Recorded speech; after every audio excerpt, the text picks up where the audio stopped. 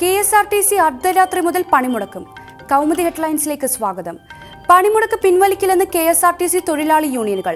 തൊഴിലാളി യൂണിയനുകളും CMDയുമായി നടത്തിയ ചർച്ച പരാജയം. സമരത്തിനെതിരെ ഹൈക്കോടതിയും. സമരം നീട്ടിവെച്ചുകൂടെ എന്ന് ചോദ്യം. നിയമപരമായ പരിഹാരങ്ങൾ ഉള്ളപ്പോൾ എന്തിന് മറ്റ് മാർഗങ്ങൾ തേടണം?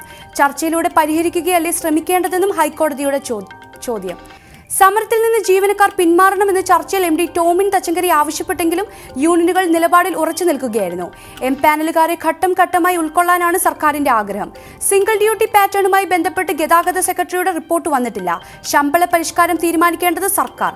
ആവശ്യങ്ങളിൽ ചർച്ച നടത്തി യോഗങ്ങളിൽ തീരുമാനമെടുക്കണം. KSRTC മാറ്റത്തിന്റെ പാതയിൽ. ഒരു ദിവസം 1 കോടി വരുമാനം ഉണ്ടാക്കുന്ന പദ്ധതി തയ്യാറാക്കിയിട്ടുണ്ട്. വരുമാനം കൂട്ടിയ ശേഷം ശമ്പളം കൂട്ടാൻ സർക്കാർ അനുമതി നൽകിയിട്ടുണ്ട്.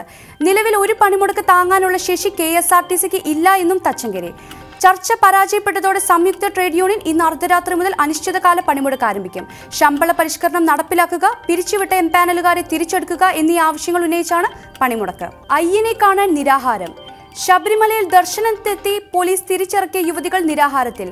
കണ്ണൂർ സ്വദേശികളായ രേഷ്മ നിഷാന്ത്, ഷാനില സജീഷ് എന്നിവർ നിരാഹാര സമരം ആരംഭിച്ചത് പോലീസ് നടപടികളിൽ പ്രതിഷേധിച്ച്.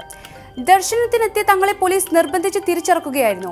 ദർശനം നടത്താനായാണ് എത്തിയത്. പോലീസ് സംരക്ഷണം നൽകാമെന്ന് അറിയിച്ചിരുന്നു. തങ്ങൾക്കെതിരെ ആദ്യ സമരം നടത്തിയത് 5 പേർ മാത്രമാണ്. അത് കൂടാനുള്ള സാഹചര്യം ഉണ്ടാക്കിയത് പോലീസാണ്.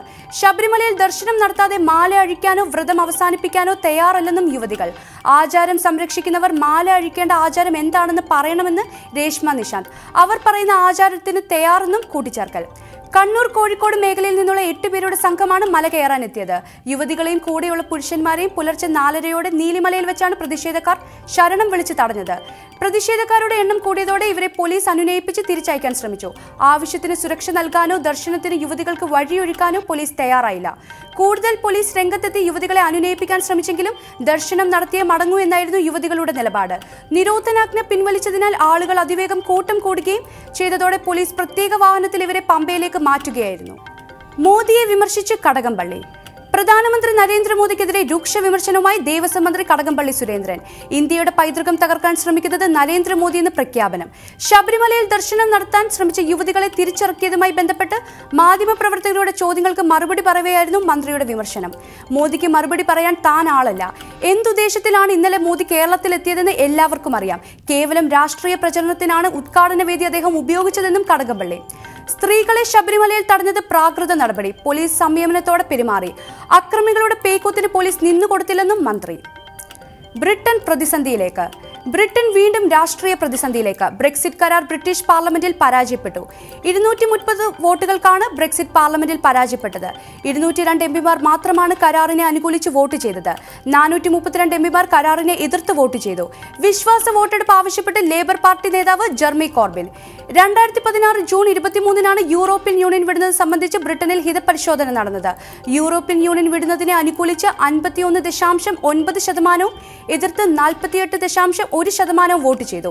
2017 മാർച്ചിൽ മെയ് സർക്കാർ ബ്രെക്സിറ്റ് കരാർ നടപടികളിലേക്ക് നീങ്ങി. 19 മാസത്തെ ചർച്ചയ്ക്കൊടുവിലാണ് കരാർ തയ്യാറായത്. പാർലമെന്റിൽ പരാജയപ്പെട്ടതോടെ തെരേസ മേ പരിഷ്കരിച്ച കരാർ അവതരിപ്പിക്കുമോ അതോ വിശ്വാസ വോട്ടെടുപ്പ് നേരിടുമോ എന്ന് വ്യക്തമായിട്ടില്ല. കളം മാറ്റുന്ന കുതിര കച്ചവടം. കർണാടകയിൽ ഉടലെടുത്ത രാഷ്ട്രീയ പ്രതിസന്ധി തുടരുന്നു. സർക്കാരിനുള്ള പിന്തുണ പിൻവലിച്ച് ഒരു MLA കൂടി BJP ക്യാമ്പിൽ. ഇന്ന് പുലർച്ചെയോടെ മുംബൈയിലെ ഹോട്ടലിലെത്തിയത് കോൺഗ്രസ് MLA പ്രതാപ് ഗൌഡ. നിലവിൽ 7 കോൺഗ്രസ് MLAമാർ മുംബൈയിലുള്ളതായി വിവരം. ഇവരെ തിരിച്ചെത്തിക്കാനുള്ള ശ്രമങ്ങൾ ശക്തമാക്കി കോൺഗ്രസും. ആഭ്യന്തരമന്ത്രി MB പട്ടേൽ നേതാക്കളുമായി മുംബൈയിലെത്തി കൂടിക്കാഴ്ച നടത്തും. അതേസമയം കർണാടകത്തിൽ കോൺഗ്രസ് JDS MLAമാരെ ഇന്ന് വിടതിയിലെ റിസോർട്ടിലേക്ക് മാറ്റുമെന്ന് വിവരം. മുഴുവൻ MLAമാർക്കും ബംഗളൂരുവിലെത്താൻ നിർദ്ദേശം. MLAമാരെ നിരീക്ഷിക്കാൻ 3 മന്ത്രിമാരെ JDS നിയോഗിച്ചിട്ടുണ്ട്. നിലവിൽ കോൺഗ്രസ് JDS സഖ്യത്തിന് 120 MLAമാരുടെ പിന്തുണയാണ് ഉണ്ടായിരുന്നത്. 2 പേർ പരസ്യമായി പിന്തുണ പിൻവലിച്ചതും ഒരാൾ ബംഗളൂരുവിലെത്തിയതും കണക്കിലെടുത്ത് ഇത് 117 ആയി. 224 അംഗ സഭയിൽ കേവല ഭൂരിപക്ഷത്തിന് വേണ്ടത് 113 അംഗങ്ങളുടെ പിന്തുണ. അതേസമയം ആശങ്കപ്പെടേണ്ട സാഹചര്യം സർക്കാരിനില്ലെന്ന് മുഖ്യമന്ത്രി HD കുമാരസ്വാമി. കൗമുദി ഹെഡ്ലൈൻ സമാപിക്കുന്നു. അടുത്ത വാർത്തകളുമായി 1 മണിക്കൂറിന് ശേഷം സേതുലക്ഷ്മി ചേരും. നമസ്കാരം.